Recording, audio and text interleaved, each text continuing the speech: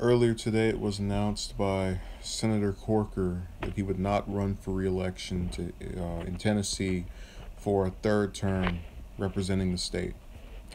And when I initially heard this, I smiled, partially because I'm recalling his manner of choosing to vote on the Affordable Care Act repeal bill that Trump and other Republicans have been trying to get out for quite some time, since the start of this year. But then I paused and I said, why am I not excited? What's going on here? And I remembered, oh, yeah, that's a red state where what's likely to happen is after he steps down, someone else who, with the exact same pattern of voting, will take his place, thereby essentially equating it to he himself is retiring, but his views and policies are persisting.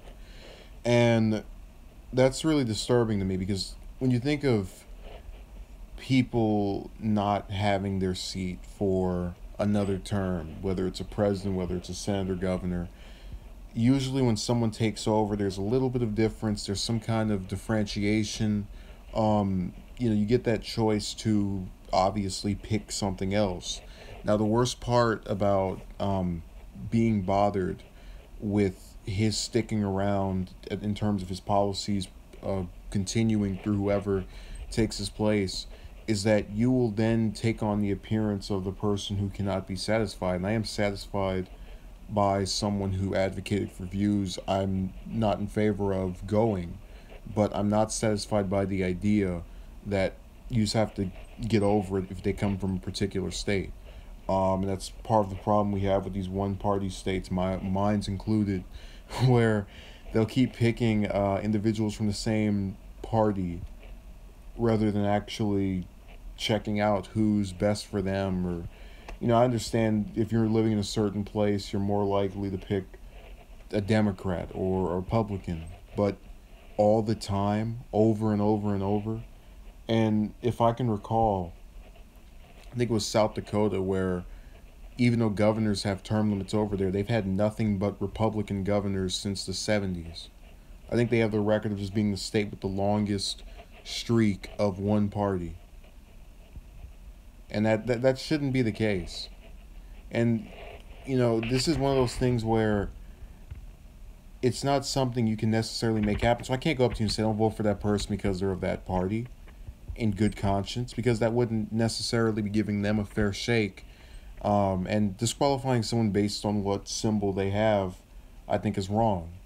But when I know that he's going to get replaced by another Republican who's anti-Affordable Care Act, anti-climate change, anti any other generic thing, it's boring. It gets lame. And that's kind of how I feel about this whole thing. So it's a bittersweet farewell, in a sense, if that is to be believed or otherwise stated. But nonetheless, it is what it is. And we're going to see more people obviously get out as time passes. I'm kind of surprised. I think he's the only one who's up for re-election next year that just said that's it and threw in the towel. And maybe when he's out of office, as we've seen commonplace with individuals who have retired, when they're not taking that corporate money, they start to actually have views that are more popular. So, oh yeah, we need single payer healthcare. We could actually try um, free college. There are various things that they'll be in favor of after leaving office and no longer being in the pocket of someone with a bunch of paper. So, thank you for watching. Have a good day.